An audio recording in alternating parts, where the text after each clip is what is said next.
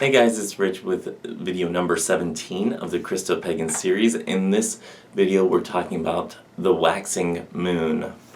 So last time that we talked about the new moon and the dark moon and how those energies are about the dying off, the times of introspective work, and the time of the new moon being the new beginnings, the bringing in of the new. And now I want to focus on something that's actually not focused on very much as far as conducting ritual or really focused on as much as the new and full moon, and that's the waxing moon. And we come again to the waning moon later, and we kind of run into the same situation. But the waxing moon and the waning moon aren't usually times of ritual work, not in most practices. And I would actually like to challenge people to conduct a ritual in the middle of the waxing moon or the waning moon and really connect with those energies. And we're going to talk about the energies right now. The waxing moon is really the time of coming into your power, the growing of your power as the moon grows into the motherhood state. This is the maiden state. We're growing up, we're becoming, and it's really the time of the gathering energies, the ones coming in to feed into your spell work, into your ritual work, or into your daily life. So the waxing moon is really just the fueling of the fire. You know, we started the fire with the new moon, and this is really the fueling of the fire, stoking it up and building up for the climax, the pivotal point, the precipice of the full moon. We're really just building up to it. And that's really the type of spell work that you can do when incorporating the waxing moon energies. It's the bringing in of more, the gathering of energy into your spell work that you started either on the new moon or one that you have continuously going. This is the time of something coming into that spell work, just feeding it. So what does this mean to the Christian side of Christo-Paganism? Well, you don't really see the waxing or waning moon discussed in the Bible, so I didn't have much luck there. We see the new moon and sometimes the full moon mentioned, but nothing really of the waxing or waning moons. But whenever I was doing my research, I'm sitting there on my phone, I'm like, there has to be something that's biblically linked to the waxing or waning moon. And one of the things that I thought of was Crescent Moon. Maybe something of the Crescent Moon. And that brought me to Our Lady of Guadalupe. And it's something that continuously fascinates me, the story of the Our Lady of Guadalupe. And I'll share the story probably in another video if you guys really want a whole lowdown of the story. But basically, Our Lady of Guadalupe is a Mary sighting. It's a sighting of the Virgin Mary. And she's often depicted on a crescent moon. One thing that I find peculiar is, why does the church portray Mary on a crescent moon? I wonder if it's a silent nod to the goddess that the church has kind of stifled out. I wonder if that's part of it, if they're equating Mary to a goddess figure on the crescent moon. It's not exactly a depiction of a woman on a crescent moon that is unfamiliar to those who study the tarot. As you will see, the High Priestess is sitting on a crescent moon. And I find this very interesting that Mary is on a crescent moon, which has no biblical significance, but you also see the High Priestess on the crescent moon, which does have significance.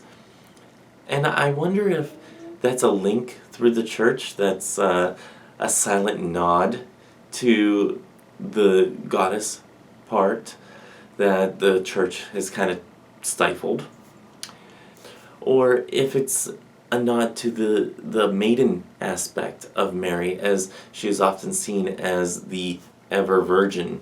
I don't know how much I believe in the ever-virgin aspect of Mary, but I find it thought-provoking whenever thinking of an ever-virgin woman being portrayed on a crescent moon, or as a mother who lost her son on a waning moon. We don't really know whether that crescent moon underneath Our Lady of Guadalupe is or is not a waxing or waning moon. So I find that intriguing to think about. And I also find it intriguing to think that maybe, just maybe, the Church is doing sort of a nod to their pagan counterparts. Just something that I was thinking about whenever trying to conduct as much research as possible for the waxing and waning moons. Not much is in the Bible about it, but that doesn't mean as Christo-Pagans we need to just leave it out of part of our practice. Again, the growing of the moon is the maiden growing into her motherhood state. So it could be the Virgin Mary as the maiden growing into that motherhood state, preparing herself to be the mother of Christ. Or it could be the loss and sorrow of a chroneful Mary going towards her death and, in certain beliefs, her assumption into heaven. Either way, I find that intriguing. Again, the waxing of the moon is the gaining of energy. It's the bringing in. So, as Christo-Pagans, as witches, as spellcrafters, whatever your label is or is not, you can connect with this energy of the waxing moon by just absorbing that energy. Either bringing it into yourself to build yourself up physically, or you can bring it into your spell work, or even into yourself again, to work on something within yourself or within your practice. There's so many ways to work with the waxing moon that the possibilities are endless. If you start something on the new moon, use the waxing moon to continuously feed it. If there's something that you're working on in your daily life, waxing moon energy is great for just absorbing that and feeding it into what you're continuously working on. And then you will reach the precipice of the full moon, and we will discuss that next week.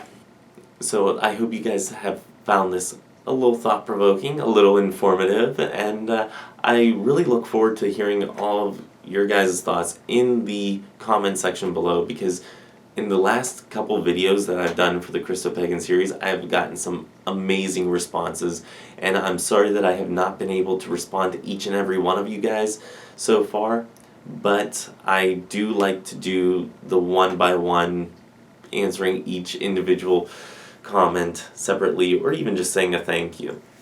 So you guys know that I do read all of the comments, so if you guys put a comment below and I haven't answered it yet, you might get an answer out of the blue, or just know that I read them.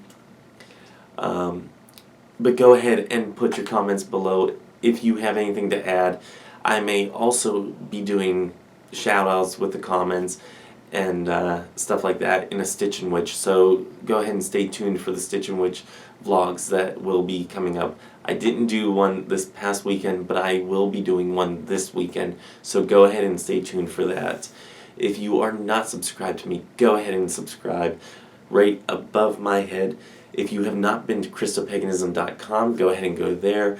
I am posting articles on there once again, and I haven't posted anything on Twitter in a little while, probably about a week or so, and I will explain why in a Stitch and Witch vlog, probably around the time that this is also posted, maybe on Sunday.